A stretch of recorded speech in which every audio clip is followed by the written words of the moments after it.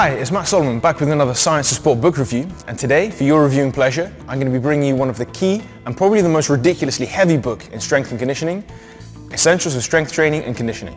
The goal of the book is to provide the basics of strength and conditioning information and lay the foundations for the future for all strength and conditioning coaches. The eagle-eyed among you will notice that this is a third edition. Luckily, I was able to get my hands on a fourth edition and compare the differences. The fourth edition has a whole host of new authors, and as expected, they've updated some of the scientific information contained within, especially in areas such as agility and periodization.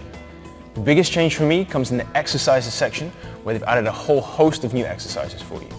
This said, the majority of the information within the book stays exactly the same. As most of you will know, the book is used by the NSCA for their CSCS exam, which requires a degree in order to qualify for.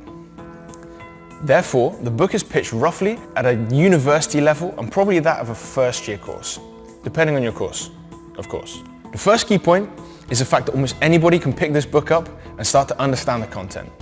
At the start of each chapter, there's key points, and at the end, there's questions to test your knowledge. And these questions are suspiciously close to those used in the exam. Another positive is the layout of the book. Now, as you can see on the inside, there are headings, tables, subheadings, and pictures. However, the book does have a tendency to have some long blocks of text. For me, there are two really key positives about the book. Firstly, the breadth of the information contained is really good. Not just that, but they go into relatively good depth as well. This means that the book comprehensively covers a wide range of topics relevant to strength and conditioning. And secondly, the program design section is definitely worth a mention. I think this is where most of the sports science students are going to get their value for money, by finding a lot more practical information, and this is backed up using practical examples with 3 different sports, 3 different athletes on 3 different levels. Let's look at some areas for improvement for the book. Firstly, it strikes me that the book is a little bit restricted by the fact that it's used for the CSCS exam. And by that I mean some of the information is a little bit too basic because they're trying to get everyone to the same level. Take heart rate physiology, for example. Left atrium, right atrium. Everyone who's going to be taking the exam knows this already. So why not replace this section with a section on heart rate monitoring, for example? This brings me nicely to my second point. Some of the information in the book might be a little bit too basic for people in general. The physiology and the science sections at the start, it might not be everyone's cup of tea.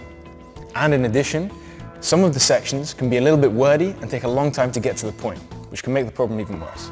And lastly, most importantly, I would love to see a coaching science section in here.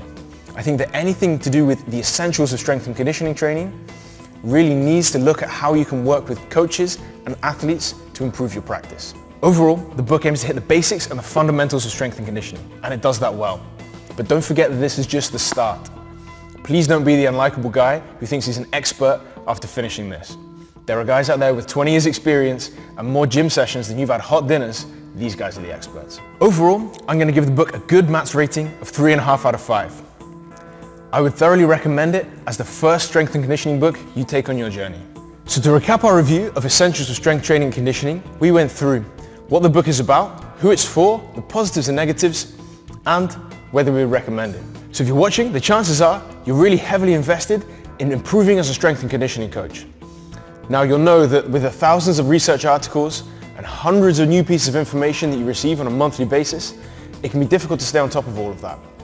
However, at Science to Sport, we put all of that information together and make sure that you have an easy and simple to use resource at your fingertips. So make sure that you hit subscribe to stay on top of all of the latest sports science information. And one last question, what do you want reviewed? Make sure you comment below so we can know how to bring you the best resources possible.